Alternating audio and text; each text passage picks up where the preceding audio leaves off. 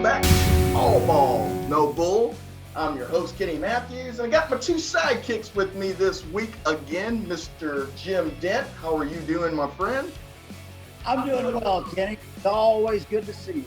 Always great to see you with your smooth shirt on with the blue, red, white, and blue. Love the color scheme, as always. And then I have my other sidekick with me, Mr. Billy Martin Jr. How are you doing, my man? You know, I got to go watch a baseball game and actually sat in the sun and it felt good in Texas. So I feel like I'm... And you didn't sweat profusely. No, it felt good. It's like I was in Arizona. That's not bad. Not bad at all. Well, hey, we do appreciate you guys listening to us. Each week we come up with 3 picks against the biggest odds on the NFL games. And last week, our leader in the clubhouse again had another winning week. Mr. Jim Dent was 2-1 last week, making his overall season record so far 10-2. Not bad, Miss Sir. Not bad at all. And last week, Billy was the only losing week. He had a 1-2 record last week, bringing his season total to 7-5, which is still pretty good, above 500, Billy. Hey, all you want to do is win more than you lose, right? Well, if I had 1.5 points in my games, I think it would have been 3-0. So, pretty damn close. Those odds makers are pretty smart, aren't they? They're pretty smart sometimes. I think they're funky. And yours truly, Kenny Matthews, was 2-1 last week, bringing his record to now 7-4-1. So, hey, let's get started, Jim. You're the leader in the clubhouse, so give us your first pick for the week, buddy. Well, I'm out the driver. I'm going to put the feet in the ground. I'm going to pull that club back and let it rip on the Tennessee Titans, -2.5 over Indianapolis. I like that pick yourself, sir. Yes, I do. I don't know about you, Jim. It seems like Tennessee's kind of righted the ship a little bit after the Buffalo beatdown they had about a month ago. They seem to be playing pretty good, and Tannehill's not throwing to the other team. So they're pretty good when that doesn't happen. It certainly does. Yep. Because he's been kind of bad about that other team. Yes, I think they've won 4 straight against the Colts, covering now against them. They won a month ago against them, 24-17 at Lucas Stadium. They've covered 3 games since that embarrassing loss to Buffalo, and it seems like they're definitely heading in the right direction. And that division is not very tough. So, I mean, they could really put some distance in that division if they win this week. Yes, they will. Yes, they will. And Billy, since both Kenny and Jim like Tennessee, who's your first pick for this week, buddy? Well, I'm going to go with this Pat and the Kansas City Chiefs or Dallas, whatever you want to call them. But I heard a really interesting stat that if he wins this game, he'll be tied all-time lead for a quarterback one team, and he's up there with names like Callback, and that it's the upper 50 where he's owned the 49ers his whole career. And I wanted to pick him because I know he disappointed happened against, and I think we're going to see payback. Last week that he was as an underdog, he was 7-0-1 against the line before last week. So, if you went with the stats, yes, Kansas City was the pick last week. But I kind of stayed away from that one. I didn't have a real good feel, but yes. All right, Jim, why don't we head to your second pick of the week for us, buddy? You know, I've become attached to the New York Jets. And if you watch some of their games lately, this is not the same team, especially on defense. They're coached well now. They got got a quarterback who, once again, not throw it to the other team. Yep. And excited about it. I think the Jets have got a real chance to go to the playoffs. So I'm going to Jets plus those 3.5 and take it all the way to the bank. I'm on this. It's my number one pick. And the only reason I didn't say it first is I knew Jimmy was going to get there, and I figured we'd save some time. We are absolutely on the same page there. Only thing that would make this make Joe Namath. And we view it as the coach. Walt Michaels somewhere smiling, right? Yeah.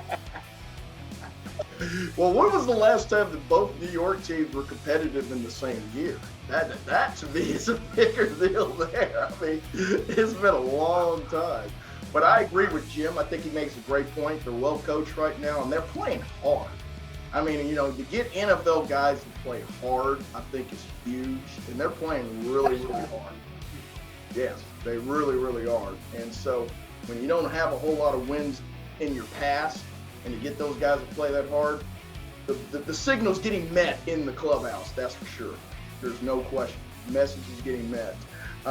My second pick of the week is I'm going to go with those Atlanta Falcons. There's no reason to get off of their train right now. They're 6-0 against the line, winning straight up last week as a home dog. To me, Falcons are in their last 11 road games are 7-2-2 against the line, so they're a pretty good road team. Cincinnati still has some offensive line issues, and I think the Falcons are getting after the quarterback pretty good. Just ask Tom Brady for that week roughing the passer goal a couple of weeks ago. But I'm a believer of the Falcons. I think Coach Smith has really got them playing really hard and well. And think about this, the Falcons, if they win this week and Tampa Bay loses next week, they could be leading that division. Who had them leading that division before the beginning of the year? I mean, so I'm going to go with the Atlanta Falcons and see if they can stay perfect against the Vegas odds this year. And I'll go with Jim Dent for your last pick of the week, sir. And who's the winner you got for us? Well, Tua is back. Yes, he is. And what happened was a couple of weeks they lost. Yes. I can see Miami going on a run. They play hard to you can see a big difference in the enthusiasm when he's in there. I don't really think Goofy coach for Miami. He needs to get himself some new glasses. But they might round out at 3-0 once more. Hey, I'm going to tell you one thing Miami's got. That wide receiver tandem, man, that's probably the best in the business. Man. They are. Pretty good. Pretty good, man. Pretty good. Yeah. So I was skeptical about that, to be honest with you, too, but I didn't believe it, too. And I think we're seeing I still haven't completely got sold on to him, but if he covers this line over here, I might come around a little bit. Might just come around a little bit. I'm a stubborn old bastard, though. And Billy, who's your last pick of the week? And who would be your last pick of the week for us, Billy? my last one. It's going to be guess all the year, but I'm going with Green Bay Fudge Pack. Oh, no. Against the Washington Cowminders. And Oh, my God. Washington is actually going with a new quarterback. Yes.